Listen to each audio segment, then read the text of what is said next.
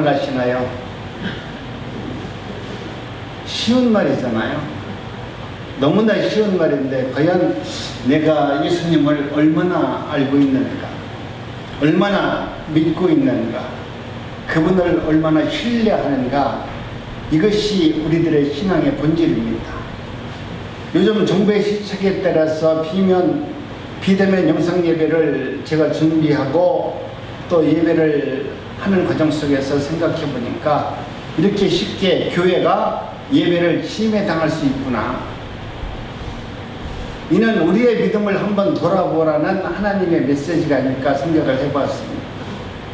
해방 이후 예배가 정부의 정책에 의해서 예배를 드리지 않았으면 좋겠다, 어떻게 예배를 드려야 된다라고 하는 그런 지시가 내려온 적은 단 한 번도 없었어요. 이제는 이 예배도 우리 마음대로 드리지 못할 때가 올 수도 있다는 것을 지금 이야기하고 있는 겁니다. 그래서 잠깐 동안 저는 집에서 기도하면서 신사참배에 대해서 한번 생각을 한번 해봤습니다. 그동안 우리의 믿음의 선배들에 대해서 우리는 너무나 쉽게 심판하고 판단했다. 어떻게 해서 목사 된 사람들이, 어떻게 해서 성도들이 신사참배를 하고 예배를 포기했느냐 하면서 얼마나 손가락질을 했고 얼마나 믿음이 없으면 저럴까 저런가 멸시를 했는데, 지금 내 모습을 보니까, 우리 교회를 보니까, 아니 지금 우리 대한민국의 모든 교회를 보니까, 여러분 일제 압제에서 신사참배하는 것은 어쩌면 우리보다 훨씬 더 어려운 조건에서 선택할 수밖에 없는 일이었다고 생각이 됩니다. 그때 그 일제 치하에서 신사참배를 했다고 오늘 이 시대의 훌륭한 목사들이, 많은 목사님들을 정죄했잖아요. 왜 당신은 그때 일제 신사참배를 했습니까? 그래서 그들을 정죄했고 그들에 대해서 끝까지 모욕을 주고 그들의 삶을 폄하시켰던 수많은 목사들은 왜 오늘은 단 한마디의 말이 없을까요?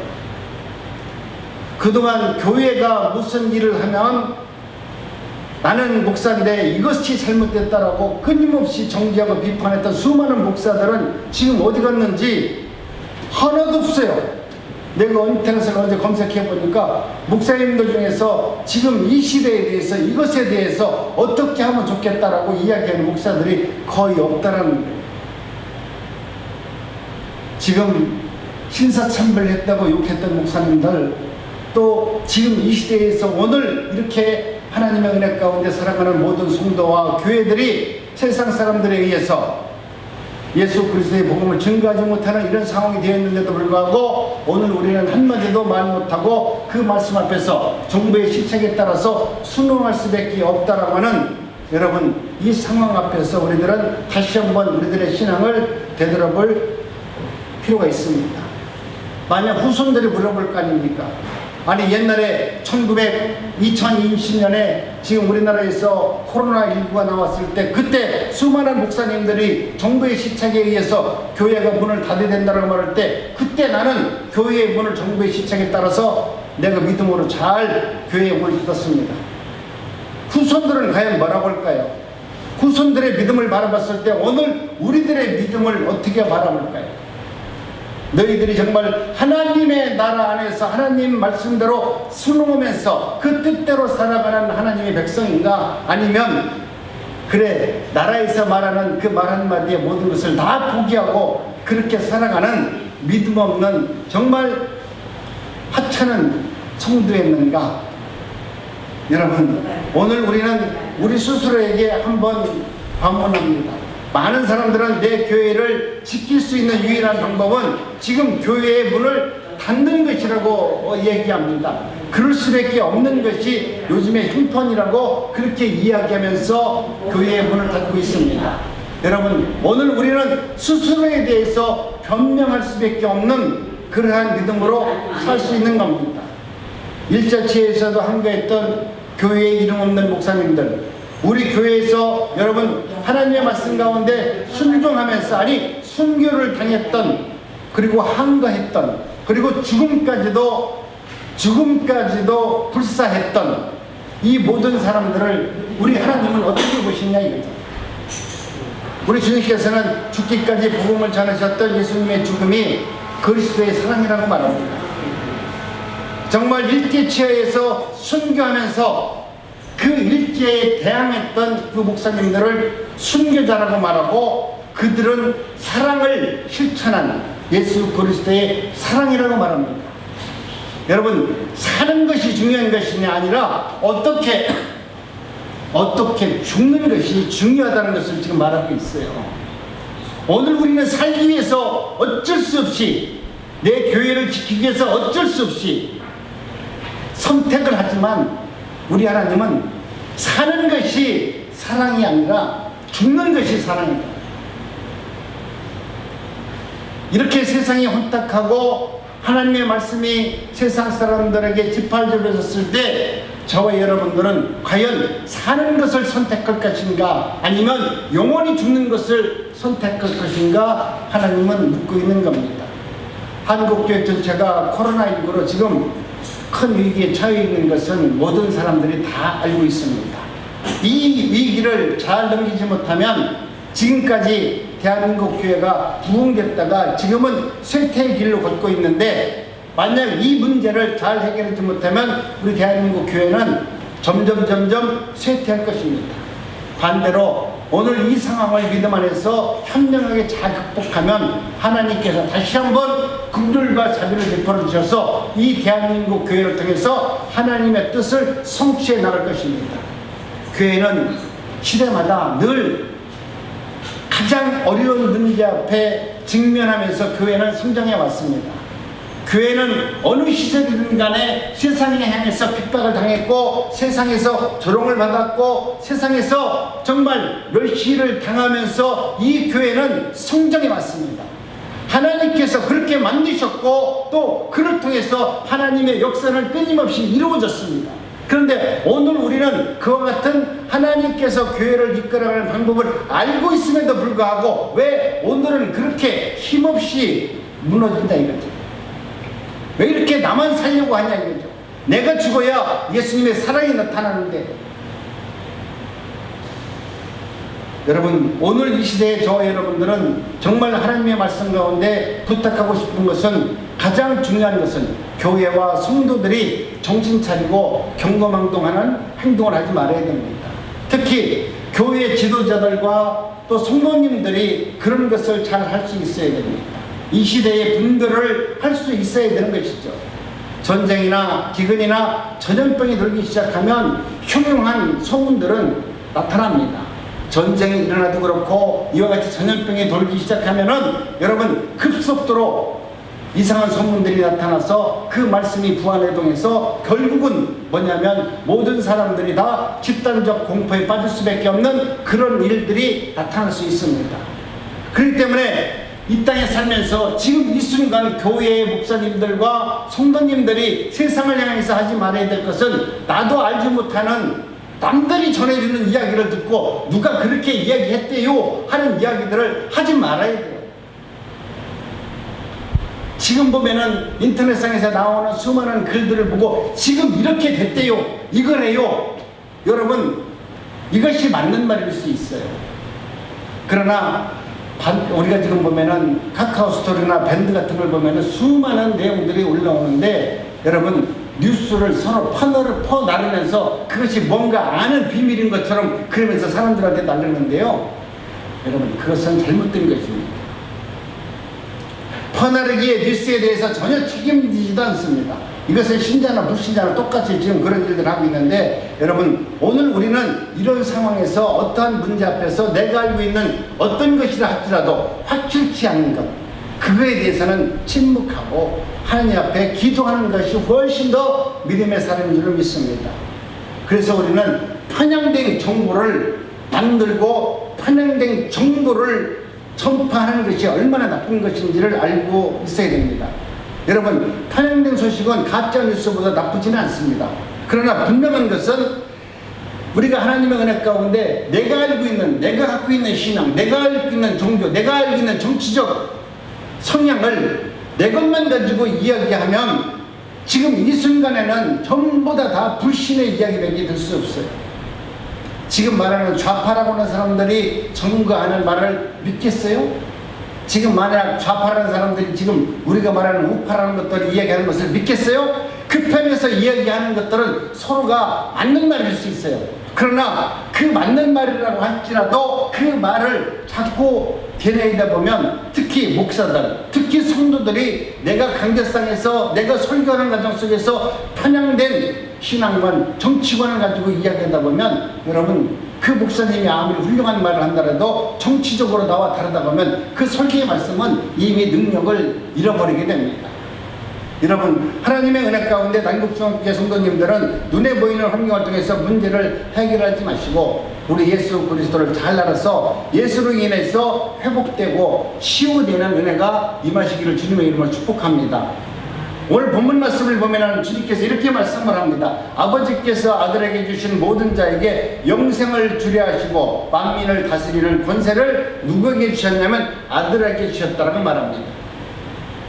하나님께서 뭐라고 말씀합니까? 예수 그리스도를 통해서 영생의 문제를 해결받아라.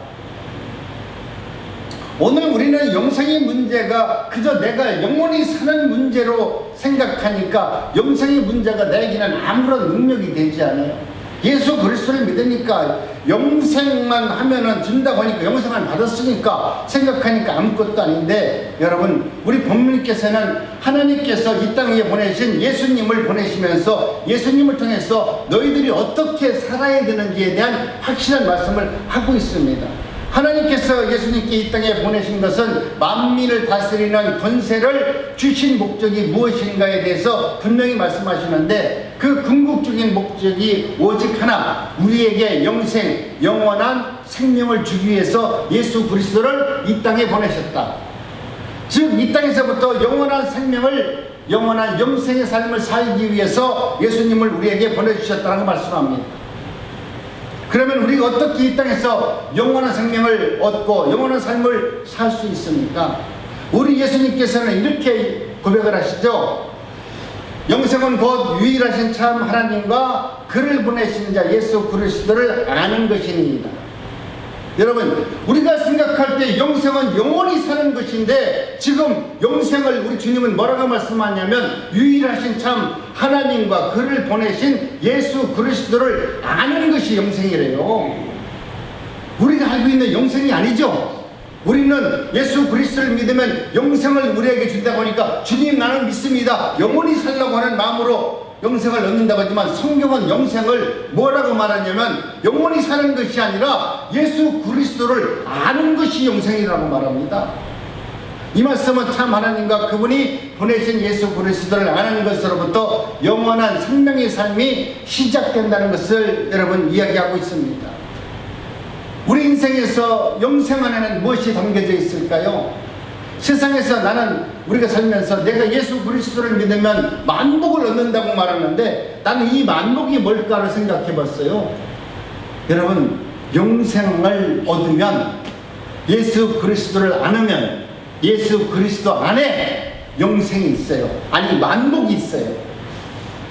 우리가 예수 그리스도를 알고 예수 그리스도께서 성령으로 내 안에 오시면 여러분 우리 주님은 이 땅에서 우리가 복을 받은 것을 한번 찬양을 보니까 너 받은 복을 세어보아라 그러는데 세어보려면 몇 개 안 되잖아요.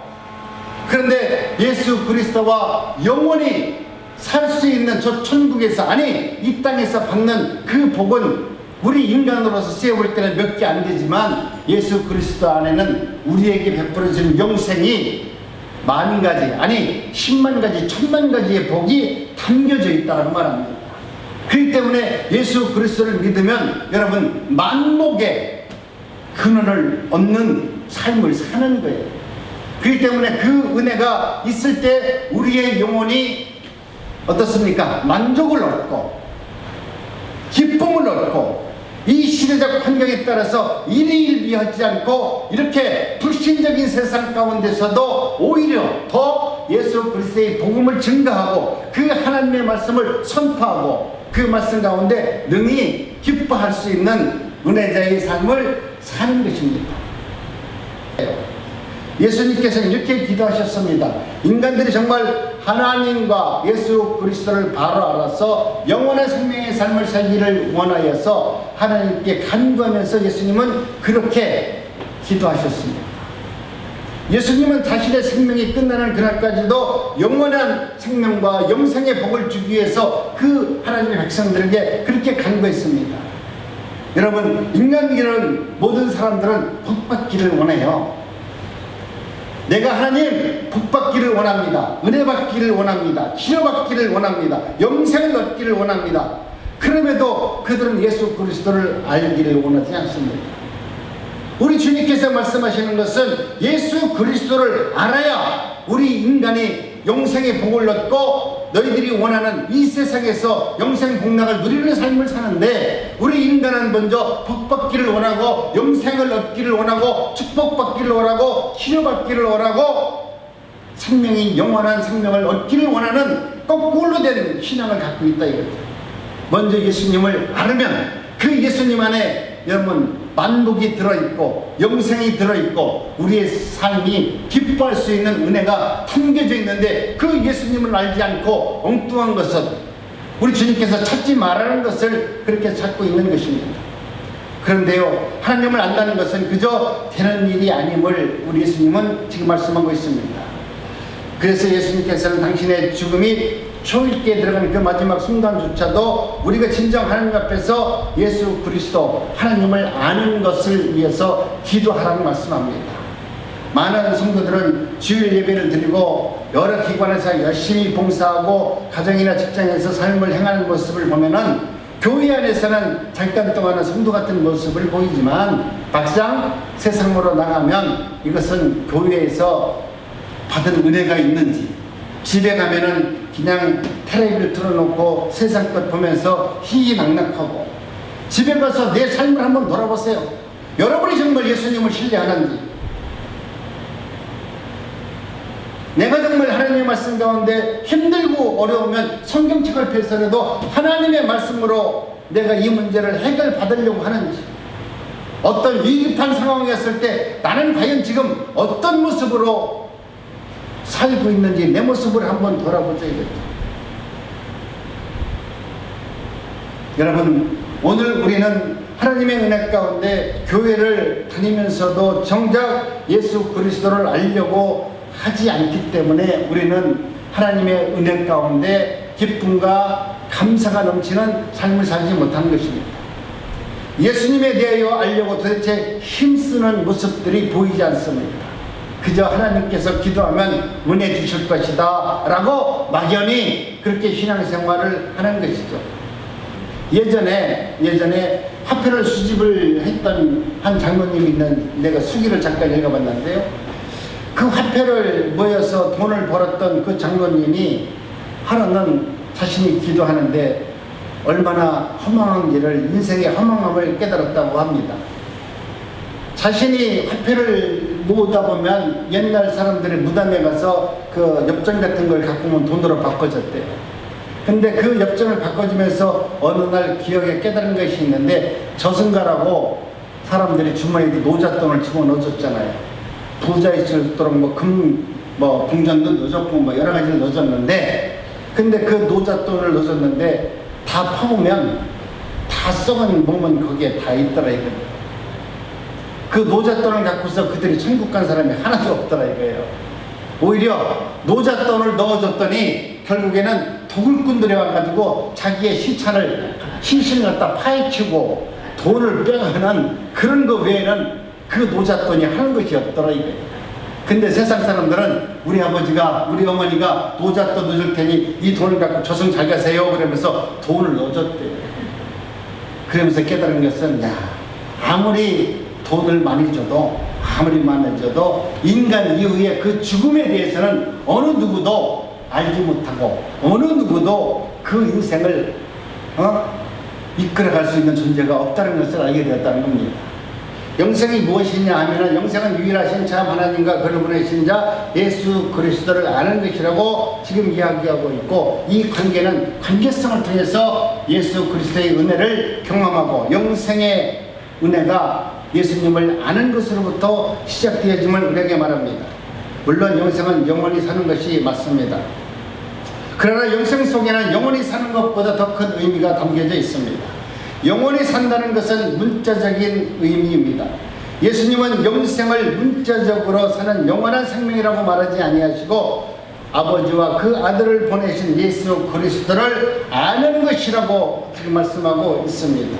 그렇기 때문에 여러분, 이제는 영생이 무엇이냐 누가 물어보면은 영원히 사는 것이 아니라 우리가 예수 그리스도를 아는 예수님과의 관계성을 통해서 우리는 영생을 얻기 때문에 예수 그리스도를 아는 것이 영생입니다.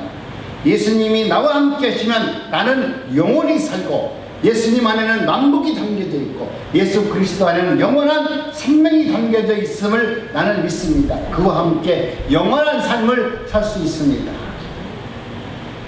예수님이 이 세상에 오신 목적이 뭐냐면 아버지께서 아들에게 주신 자들에게 영생을 주기 위한 것이다. 그러면서 하시는 말씀이 영생이란 아버지와 그 보내신 자 예수 그리스도를 아는 것이다 라고 말씀합니다. 여러분, 오늘 이 말씀으로 하나님의 은혜 가운데 이 말씀들을 잘 이해하시기 바랍니다. 이걸 역으로 이해하면 이런 것입니다. 자기 백성들이 아버지와 아들이 보내신 중보자를 모르고 있다는 것입니다. 그래서 예수님이 내가 바로 아버지가 너희를 만나게 해줄 수 있는 유일한 분은 바로 중보자 예수 그리스도라고 말하는 것이죠. 지금 우리 백성들은 유대인들도 말하는 것이 아닙니까? 유대인들도 예수님이 이 땅에 오셨는데 그들은 예수님을 영접하지 않았습니다. 예수님께서 어떤 일을 하는지 그 이유에 대해서 알지 못했습니다. 아버지는 아들을 앞세워서 일하는데 유대인들은 자신들이 제사를 통해서 하나님을 알기를 원했습니다. 아버지의 마음을 모르니까 예수 그리스도를 영접하지 않고 그들은 끊임없이 제사를 통해서, 기도를 통해서, 말씀을 통해서 하나님을 안다라고 말합니다. 하나님 앞에 나가기를 원했습니다. 그러나 우리 주님께서는, 우리 하나님께서는 예수 그리스도를 아는 것, 예수 그리스도를 영접하는 것, 너희들이 제사를 지나고 너희들이 기도를 지나고 너희들의 예배를 아무리 많이 드린다 할지라도 우리 주님을 영접하지 아니하면, 예수 그리스도를 깨닫지 못하면 너희들은 영생이 없고 헛되이 경배하는 것이다.